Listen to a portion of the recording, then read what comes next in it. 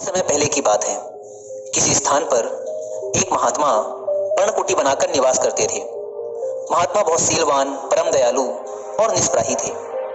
जहां वे एक और एकांत में एकाग्रचित होकर ईश्वर का ध्यान करते थे, तो वहीं दूसरी ओर अपने पास आने वाले दुखी लोगों के दुख का निराकरण भी अवश्य करते थे। उनके सद्गुणों और सेवा कार्य से भगवान बहुत प्रसन्न हुए। उन्होंने वरदान देने के लिए एक देवदूत को धरती पर उनके पास भेजा। महात्मा ने देवदूत का हृदय से सत्कार किया और उनसे उनके आने का कारण पूछा।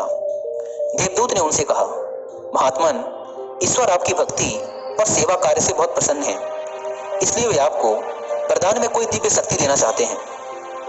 उन्होंने मुझे आपके पास यह पूछने के लिए भेजा है कि क्या आप लोगों को रोग मुक्त करने की शक्ति प्राप्त करना चाहेंगे? महात्मा ने विनम्रता से उत्तर दिया, हे देव, भगवान मुझ पर प्रसन्न है, यही मेरे लिए सबसे बड़ा वरदान है। मुझे कोई शक्ति नहीं चाहिए।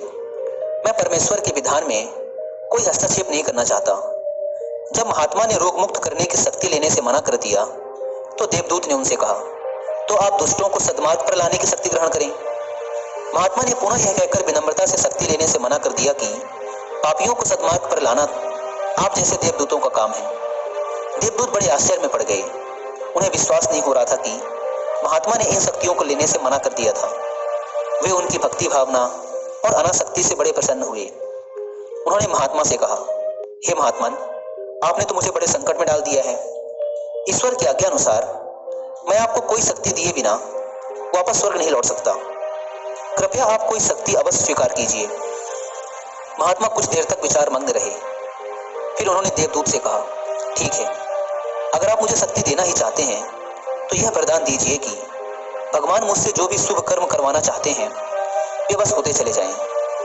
मैं जहां से भी गुजरूं वहीं पर लोग रोग मुक्त होते चले जाएं। देवदूत ने कहा, ऐसा ही हो, और उसने महात्मा की परछाई को रोग मुक्त करने की शक्ति से संपन्न कर दिया। फिर वे वहां से चले गए। इधर महात्मा जहां भी जाते वहीं लोग स्वस्थ होते चले जाते। ना तो महात्मा को और ना ही लोगों को कभी यह पता चल पाया कि कैसे उनके कष्ट दूर हो गए। महात्मा को कभी इसका बोध नहीं हो पाया कि वह ईश्वर के कितने करीब थे। सेवा तभी सच्ची कहलाती है जब सेवा करने वाले मनुष्य के मन में जरा भी अभिमान ना रहे। एक मशहूर कहावत है कि जब दान दिया जाए तो उसे इस तरह दिया जाए कि दूसरे हाथ को भी पता ना चले। अभिमानी रहते सेवा संभव नहीं है।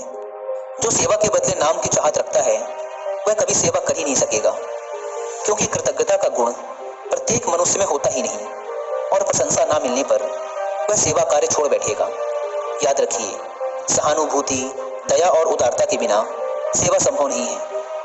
महात्मा गांधी ने भी कहा था, जो मनुष्य जाति की सेवा करता है वह ईश्वर की ही सेवा करता है।